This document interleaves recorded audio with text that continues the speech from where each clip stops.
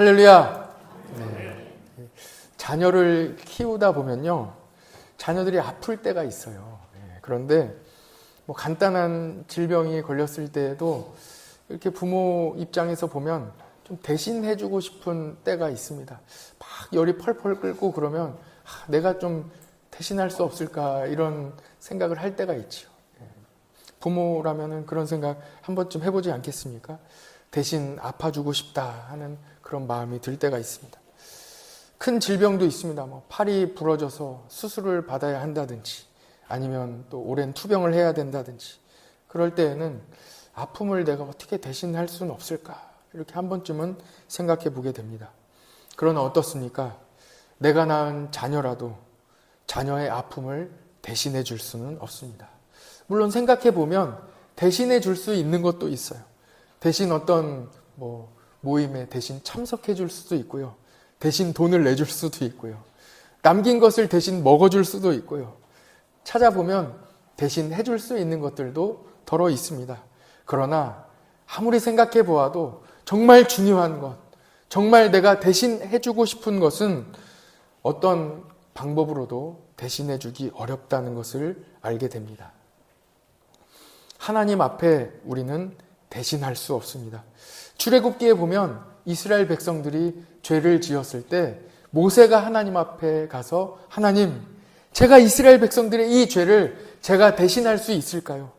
제가 이 이스라엘 백성들의 이 죄를 제가 대신할 수 있을까요? 제가 담당할 수 없을까요? 하고 하나님께 여쭤봐요. 그런데 하나님께서 할 수 없다고 말씀하십니다. 모세가 시내산에 올라갑니다. 시내산에서 하나님을 만나 하나님께서는 두 돌판에 10계명을 적어 주시는 거예요. 모세는 하나님을 만나 이 영광스러운 자리에 영광스러운 시간을 보내고 있으니 얼마나 좋았겠어요. 좋은 시간을 보내고 있는데 그때 하나님께서 모세에게 급하게 말씀하시는 거예요. 모세야, 또 빨리 내려가라. 이스라엘 백성들이 부패했도다. 모세가 하나님과 함께 있는 그 40일, 모세는 아무것도 먹지도 마시지도 못하고 금식하며 하나님과 만나고 있는 그 40일의 시간을 이스라엘 백성들은 참지 못하고 하나님 대신에 우상을 만들어 그곳으로 우상을 섬기고 있었습니다. 모세는 하나님의 말씀대로 급하게 내려와 이야기하는 거예요. 너희가 어찌하여 이런 죄를 범하였느냐? 왜 하나님을 버리고 우상을 만들었느냐? 그리고 모세는 말씀드린 대로 이스라엘 백성들의 죄를 대신 감당하고자 했습니다. 하나님, 제 이름을 하나님의 생명책에서 지우시더라도 이스라엘 백성들을 용서해 주실 수 있겠습니까? 그때 하나님께서 대답하십니다. 출애굽기 32장 34절에 보면 하나님이 이렇게 말씀하시는 거예요. 내가 보응하는 날에는 내가 그들의 죄를 보응하리라. 이 보응이라는 뜻은 반드시 갚아야 된다는 거예요. 반드시 죄를 묻겠다는 말씀입니다. 내가 이스라엘 백성들의 죄를 대신할 수 없다는 하나님의 말씀입니다. 그러나 오늘 본문의 말씀을 보십시오.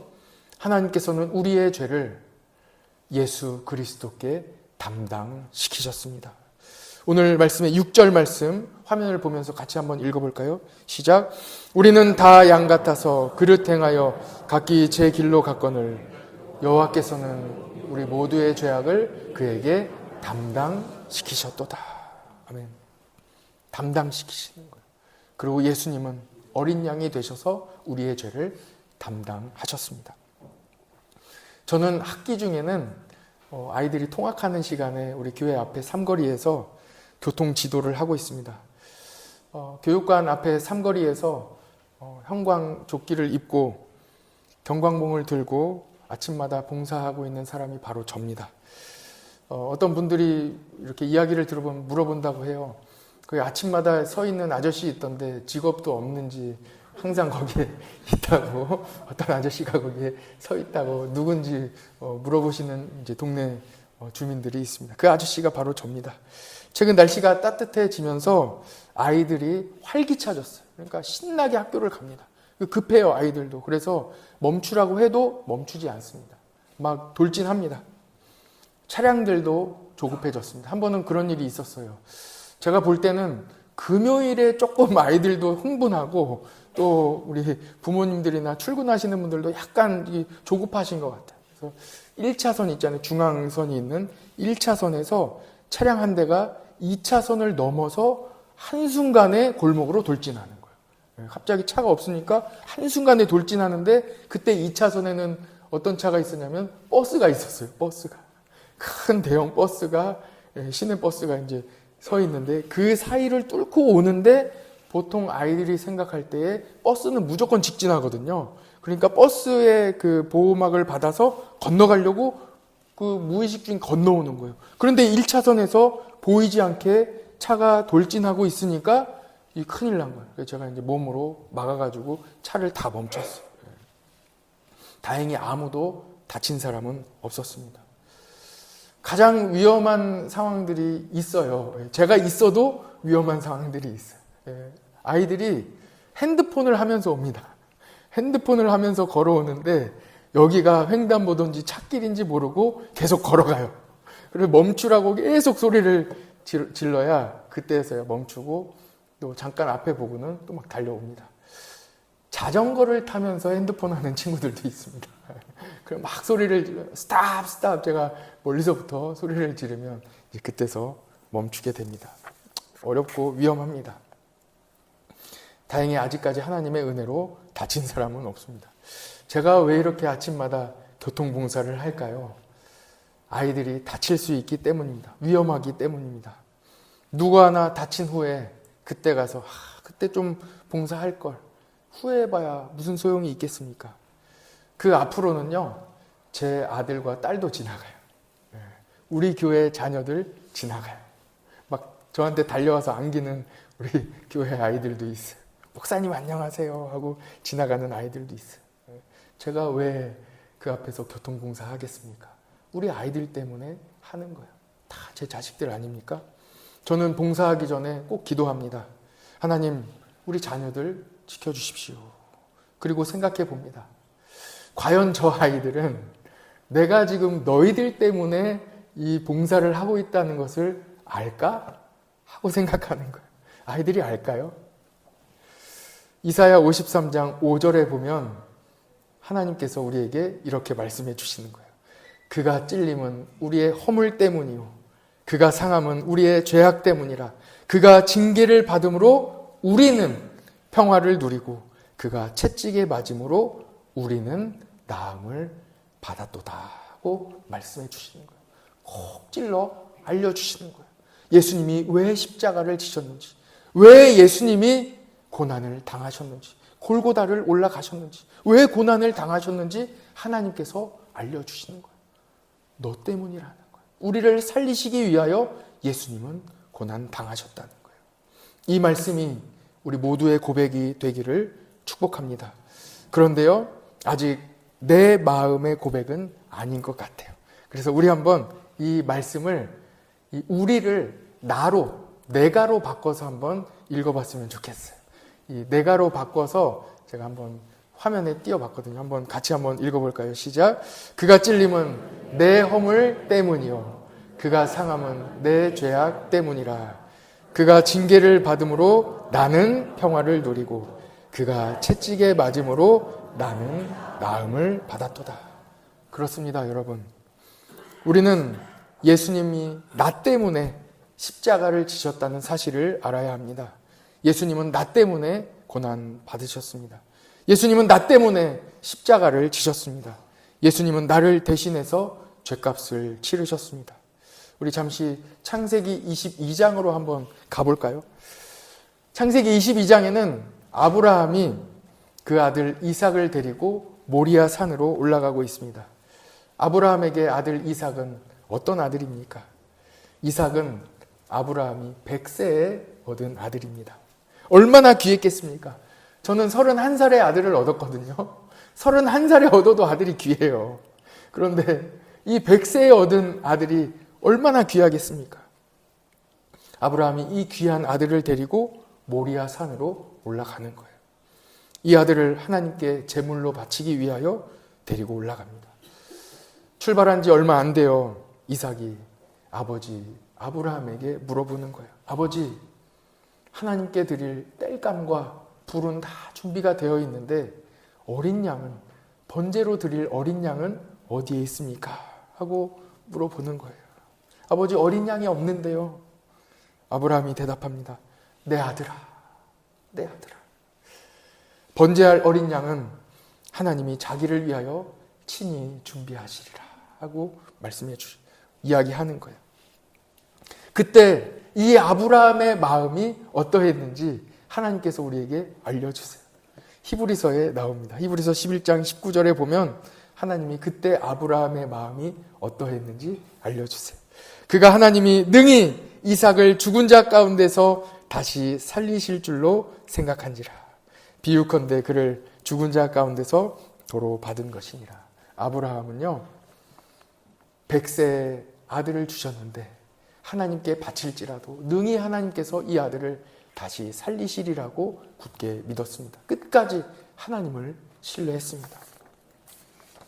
그렇게 모리아산으로 올라가 아들을 결박하여 하나님께 번제로 드리기 위하여 진행합니다. 그때 하나님께서 급히 아브라함을 부르시는 거예요. 아브라함아, 아브라함아, 됐다. 이제 너가 나를 얼마나 사랑하는지 내가 알겠다. 이제 멈춰라 하고 하나님께서 멈춰주시고, 그리고 수풀에 순양이 걸리게 하셨으니 그 순양으로 대신하여 번제로 드리라 하고 하나님이 알려주시는 거예요. 하나님은 아브라함을 멈추셨습니다. 하나님은 미리 준비해 두셨습니다. 그래서 이것을 여호와 이레라고 합니다. 여호와 이레. 하나님이 미리 준비하신다는 그런 뜻입니다. 그래서 여러분들도 살아가시면서 우리의 삶에 때로는 하나님이 미리 준비하신 그런 삶의 상황들이 있잖아요. 그때는 야, 여호와 이레다, 여호와 이레입니다 하고 이렇게 고백하시면 됩니다. 아브라함은 그 아들 이삭을 드리고자 했을 때 하나님은 멈추셨습니다. 아브라함, 더 이상 마음이 아프지 않도록 멈추셨어요. 그러나 하나님은 독생자 예수 그리스도를 십자가에서 멈추지 않으셨습니다. 예수님은 어린 양이 되셔서 우리를 위해 십자가에 달려 물과 피를 다 흘려 돌아가셨습니다. 오늘 53장 6절 말씀입니다. 우리는 다 양 같아서 그릇 행하여 각기 제 길로 갔거늘 여호와께서는 우리 모두의 죄악을 그에게 담당시키셨도다. 예수님 이외에는 누구도 우리 죄를 담당할 수 없습니다. 오직 예수님만 우리 죄를 담당할 수 있습니다. 어제 청년부에 형제 자매가 결혼을 했어요. 그래서 제가 주례를 하고 왔는데 형제 자매를 이렇게 보고 이런 말씀을 전했습니다. 형제가 자매를 보고 한눈에 반했어요. 멀리서 보고 한눈에 반했어요. 횡단보도 건너편에서 처음 이 자매를 본 순간 형제의 동공이 완전히 확장이 되어버렸고 머릿속은 하얘졌습니다. 그리고 심장이 얼마나 크게 뛰었는지 심장이 고장나 버렸어요. 형제는 119 구급대원입니다. 항상 남의 상처를 치료해주고 항상 도움을 주었던 이 형제가 정작 자기 심장이 고장났는데 고칠 길이 없는 거예요. 누가 고쳐줄 수 있겠습니까? 그 자매가. 자매만이 고쳐줄 수 있는 거예요. 그래서 어제 결혼했어요. 완전히 고침을 받았어요. 우리 청년부의 리더예요. 누가 우리 죄를 감당할 수 있겠습니까? 어린 양 예수 그리스도만 우리 죄를 감당할 수 있습니다. 우리 죄를 담당하실 수 있습니다. 요한복음 3장 16절입니다. 하나님이 세상을 이처럼 사랑하사 독생자를 주셨으니 이는 그를 믿는 자마다 멸망하지 않고 영생을 얻게 하려 하심이라. 우리가 너무나도 잘 아는 말씀이지요. 독생자를 주셨다는 거예요. 저는 지난 한 주간 이 말씀 너무나도 익숙하고 잘 알고 있는 말씀 중에 독생자를 주셨다는 말씀이 너무 깊이 있게 다가오는 거예요. 하나님은 아브라함이 100세에 얻은 이 아들 이삭을 받지 않으셨습니다. 멈추셨어요. 살려주셨습니다. 그러나 하나님은 우리를 위해 독생자 예수 그리스도를 주셨어요. 아낌없이 주셨습니다. 하나님은 십자가에서 예수님을 멈추지 않으셨습니다. 하나님이 여러분을 얼마나 사랑하시는지 아시겠습니까? 그렇게 얻은 인생이고 그렇게 얻은 영생입니다. 여러분은 얼마나 귀한 존재인지 오늘 잘 깨닫고 돌아가셨으면 좋겠습니다. 여러분은 예수 그리스도께서 대신하셔서, 대신 담당하셔서 살려주신 한 분 한 분 여러분 존재들입니다. 그러므로 여러분 자신의 인생을 함부로 평가하지 마시기 바랍니다. 가장 존귀한 분들이 바로 여러분들입니다. 하나님의 독생자 예수 그리스도의 목숨과 바꾼 그런 분들입니다. 어느 누구도 하찮은 분은 아무도 없습니다. 한 분도 빠짐없이 존귀한 인생들입니다. 여러분, 이번 한 주간 살아가실 때에 주님이 주신 이 생명, 주님이 주신 이 속죄, 주님이 대속해 주신, 대신해 주신 여러분들의 인생을 다시 한번 돌이켜 보시고 힘과 용기를 내시기 바랍니다. 그리고 하나님은 여러분을 하나님의 자녀로 삼아 주셨습니다. 저는 오늘도 생각해 봅니다. 우리 성도들이 하나님께서 우리 성도를 위하여 독생자를 아낌없이 주셨다는 이 사실을 과연 알까? 우리 성도들이 알고 있을까? 알고 계십니까? 기도하겠습니다.